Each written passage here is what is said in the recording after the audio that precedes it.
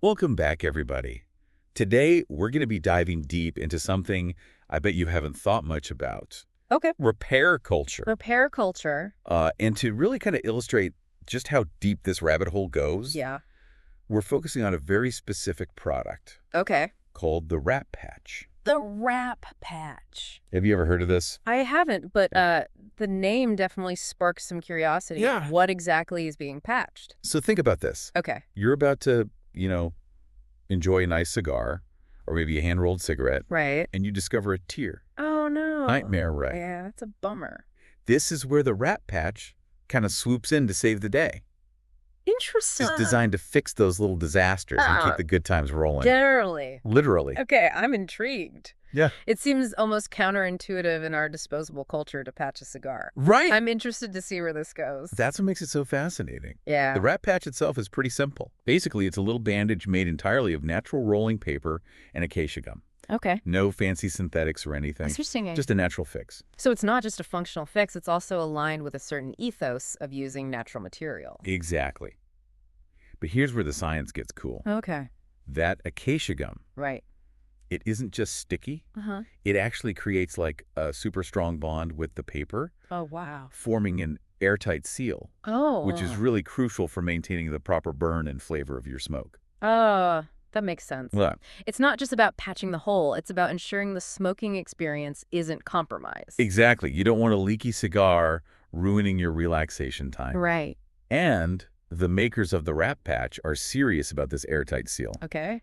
Their instructions are incredibly detailed. Really? It's like comically so. Wow. 7 whole steps for applying this tiny patch. 7 steps. I'm almost afraid to ask what could possibly require that level of detail. Well, it's hilarious. Locate the damage, Mhm. remove a patch from its pouch, Right. moisten the shiny side. Okay. The essentials. Yeah. But I think this intense focus on precision speaks to something deeper. I see what you're getting at. Yeah. It's like this meticulous process elevates the act of repair, Yes. turning it into a ritual. Yeah. And rituals, even for something as simple as fixing a cigar, can hold a lot of meaning. Absolutely. Yeah. It's almost like taking a stand against disposability, Right. saying, I'm going to care for this thing and make it last. Exactly. Yeah. And that connection to an object, that desire to preserve it, can tell us a lot about our own relationship with material goods and the culture we live in. For sure. For Yeah. sure. Okay, so before we go too deep down that rabbit hole, Yeah. let's talk about how people are actually getting their hands on these patches. Yes. Let's look at their approach to marketing this unique product. Their website offers a range of options, Okay. almost like they're trying to capture every type of smoker out there. So they have single packs for $2.25, combo pack with brown and white patches for $4. Interesting. So they're catering to the casual user who might just need a quick fix. Right. But they're also thinking about the more dedicated smokers, Uh-huh. the connoisseurs. They offer whole boxes for $55 Wow. and even a 2-box combo for $105. That wider range suggests they're thinking beyond individual consumers. Yeah. Perhaps they're targeting lounges or specialty shops as well. Right. It seems like they've put some thought into capturing a larger market share. For sure. It's like they're saying, we've got a patch for everyone, no matter how often you need it. It's fascinating how even a product as niche as this can reveal business strategies and target demographic. Totally. And what's really interesting to me is that the existence of a product like this Yeah. speaks volumes about our relationship with repair. Uh-huh. We're so used to just tossing things out and buying new ones. Right. But here's a product that encourages us to slow down, Yeah. value what we have, I like and that. take the time to fix it. Absolutely. It's like a tiny act of rebellion against the throwaway culture. Exactly. And it makes you wonder, is the Wrap Patch just a quirky solution to a minor annoyance? Right? Or is it a sign of something bigger? That's a great question. Could it be a tiny window into a growing trend? And to answer that, I think we need to zoom out and take a closer look at this whole idea of repair culture. Okay. What is it? Yeah. Where did it come from? And what does it tell us about ourselves and the world we live in? It's interesting to think about repair as a form of rebellion. Yeah. We live in a world that constantly pushes us towards the new and improved, Right. but there's a growing movement pushing back against that. Yeah, it's like people are starting to realize that new doesn't always equal better. Right. Sometimes the things we already have hold more value. Uh-huh.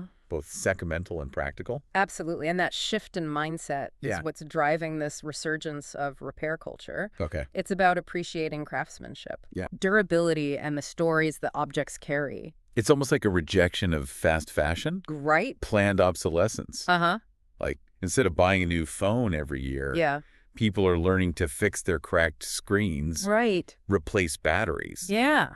almost reclaiming ownership of their devices. I think that's a key part of it. Yeah. Repair allows you to understand how things work, Right. develop a deeper connection with the objects in your life. Uh-huh. It's empowering. And it can be surprisingly satisfying. Oh, yeah. I recently learned to darn socks, Good for you. and it felt like a small victory against the throwaway culture. I love that. It's Yeah. like each little repair is a stitch in the fabric of a more sustainable and mindful way of living. Okay, but let's be real. Yeah. Not everyone has the time or skills to fix everything themselves. That's true. But even choosing to have something repaired rather than simply replacing it Right. is a step in the right direction. It supports local businesses, reduces waste, and keeps those valuable skills alive. Right. And it's not just about practicality. Uh-huh. There's a real beauty in seeing something that's been well-loved and carefully repaired. Absolutely. Think about those Japanese kintsugi ceramics, Yeah. where they mend cracks with gold. Oh, yeah. The repairs become part of the object's history, adding to its beauty and value. It's like they're celebrating the imperfections. Yeah. The journey that the object has been on. Uh-huh. It's so much more interesting than something that's just pristine and mass-produced. And that's a powerful message Totally. in a world that often tries to sell us the idea of flawlessness. So how does this all tie back to our little friend, the Rat Patch? Well, I think the Rat Patch is a perfect example of this shift Okay. towards mindful consumption and repair. Uh-huh. It's a simple solution, but it represents a much larger cultural trend. It's almost like a microcosm of this whole movement about our changing values and our growing awareness of the impact our choices have on the world. Exactly, and it makes you wonder what other everyday objects are waiting to be reimagined, repaired, and given a second life. And what other stories are hidden in plain sight, just waiting to be uncovered. It's all about shifting our perspective, Yeah. looking beyond the surface and appreciating the deeper meaning behind the things we use and interact with every day. You know, it's funny how a little patch for a damaged cigar can lead to such a big conversation. It is. But that's the beauty of a deep dive, isn't it? It really is. It's about following your curiosity, making connections, Uh-huh. and uncovering the hidden depths of the seemingly ordinary. So to our listener out there, we challenge you to think about the objects in your own life. Yeah. What do you cherish? What would you repair rather than replace? And what stories do those objects tell about your values, your experiences, and the world you want to create?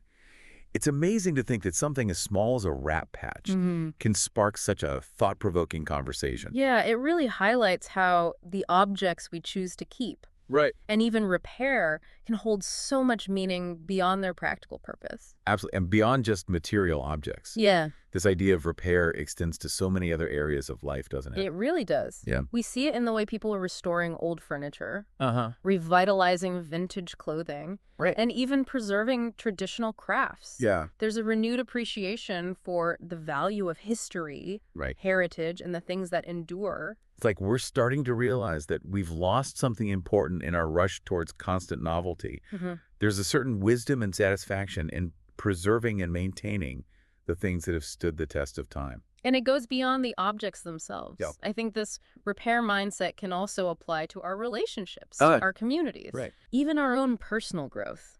Sometimes the most valuable work we do involves mending what's broken, Yeah. rebuilding what's been neglected, Right. and finding strength in our imperfections. That's such a powerful thought. It's like we're all carrying around these little rat patches in our hearts, Yeah. ready to mend the tears and strengthen the bonds that connect us. And those acts of repair, no matter how small, can have a ripple effect, Uh-huh. creating a more sustainable, meaningful, and resilient world. So as we wrap up this deep dive, we leave you with this final thought. Okay. What can you repair today? What can you mend, restore, or revitalize in your own life or in the world around you? Embrace the imperfections, celebrate the stories, and remember that even the smallest act of repair can make a difference. Thanks for joining us. And until next time. Keep exploring, keep questioning, and keep patching up those little tears in the fabric of life.